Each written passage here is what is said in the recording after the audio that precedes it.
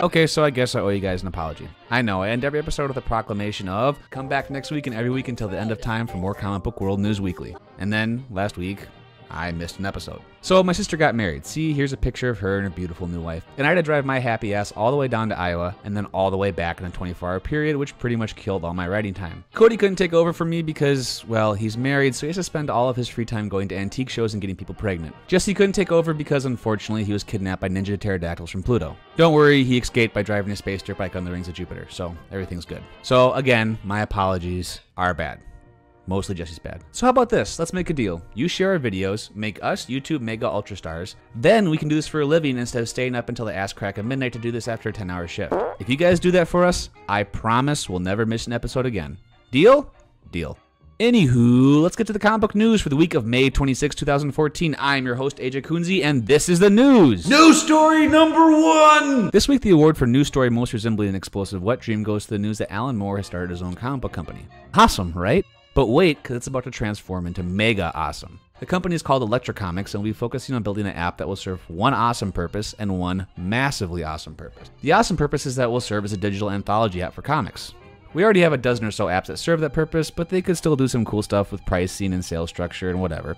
But the massively awesome thing is that will serve as an open source program for comic book creators to make exclusively digital content that will focus on the following. Quote, rather than simply transferring the comic narrative from page to screen, we intend to craft stories expressly devised to test the storytelling limits of this unprecedented technology. To this end, we are assembling a team of the most cutting-edge creators in the industry and then allowing them input into the technical process in order to create new capacities for telling comic book stories. This is rad. Think of it, comic creators pushing past the simple picture and text storytelling and using ideas like motion, sound, effects, etc., etc. I mean, this could be an endless universe of possibilities, only hamstrung by whatever far limits that exist in the minds of some of the most creative people in all of fiction.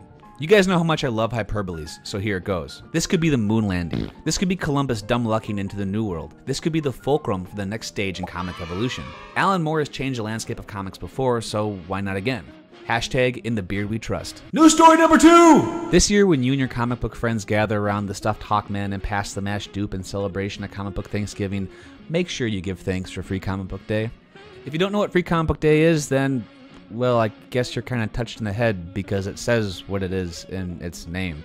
Basically a day where they give out free comics. The they in this story is Diamond Comic Book Distributors, who used the event to bring in new readers and old readers who got lost in being grown-ups and need an excuse to come back to comics. The long-term success of the event will need to be analyzed later using the mysterious powers of math, but here are some of the exit poll numbers. 4.7 million comic books were given away. That's a new record for a Free Comic Book Day. 2,100 different locations participated, 60 different comics are given away for free, 40 publishers participated in the event, and publicity gained by the event is up 45% from last year. This event has always seemed to me to be one of the rare times where comic book marketing has achieved self-awareness, realizing that the best way to get people to read comics is to put comics in the hands of said people so they can read it and say, holy shit, did Nightcrawler just teleport a shark inside that dude?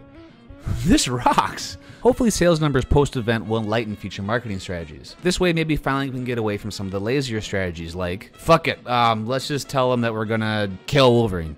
It doesn't matter if they know what's gonna happen, they'll buy it just to see if it's Sabretooth that finally does it or if he, I don't know, catches rectal cancer or something. News story number 3! So in what may end up being the non-news of the week, rumors are swirling that Marvel is essentially shutting down all of its Fantastic Four properties. Fantastic Four characters have been removed from a large amount of promotional media, including the Marvel 75th Anniversary magazine cover. The rumored logic behind the decision is that since Fox owns the right to make Fantastic Four movies and is currently in the process of making/botching another Fantastic Four movie, any promotion Marvel did would essentially be a free commercial for Fox. The idea that Marvel would mothball its own longest-running series just to raise a middle finger to a company that arguably took advantage of it during its bankruptcy years is kind of sad, but it's also kind of awesome. Marvel is the biggest thing in the Milky Way right now, and the idea that it's running around getting revenge on people that kicked it when it was down is admittedly childish, but it's also what you and I would do if we were in their billion-dollar pair of shoes. It's the book of the week! So Trees Number 1 by Warren Ellis had this award in the bag this week, but fumbled it away by deciding to end the issue pretty much mid-sentence during a random conversation between characters who'd only known for about